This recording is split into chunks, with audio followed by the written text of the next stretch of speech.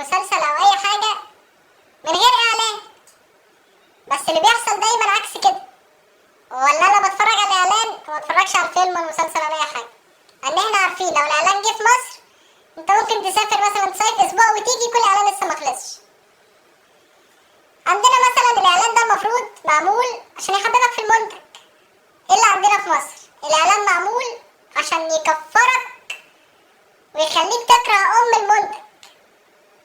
نمسك حاجة اول حاجة اعلانات الشركة السعودية، بتلاقي دايما اتنين واقفين كده يتسموا بطابع الرخامة.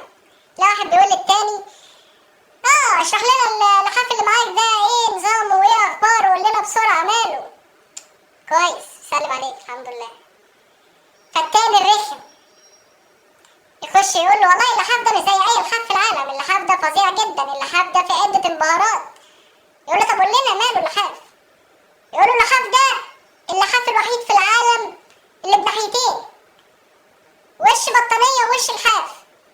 يعني بص حضرتك كده بطانية وكده لحاف. لا يا راجل، بلاش اقول لك كده، ايه عيب.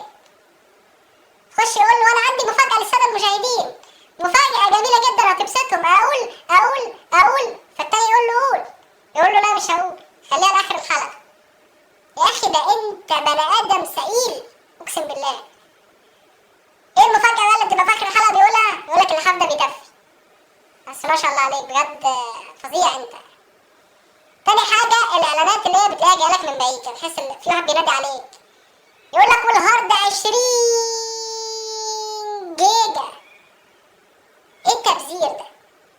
ايه التبذير ده؟ ده انا صوري لوحدها 35 جيجا. يقول لك والمفاجأة ماوس ليزر.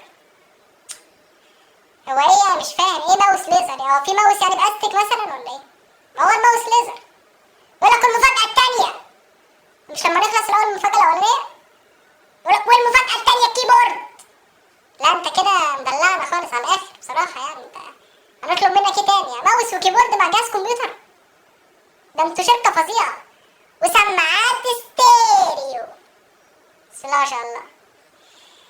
اخر اعلان بقى بيخنقني جدا، الاعلان اللي هو بتاع حساب الساونا والكلام ده. تلاقي مثلا واحدة كده شبه الدرفين واقفة تقول لك لقد خسرت 3 باوندات في 5 دقائق، انه اختراع مذهل، انه اختراع جميل، انه حزام ووتر سبورت. وجايبين لك صورة بعد وقبل. قبل بتبقى شبه سيد قشطة وبعد بتبقى شبه سامي. فمش كده يعني يا جماعة، ده احنا برضو مش مجانين يعني. كانت كنيلة.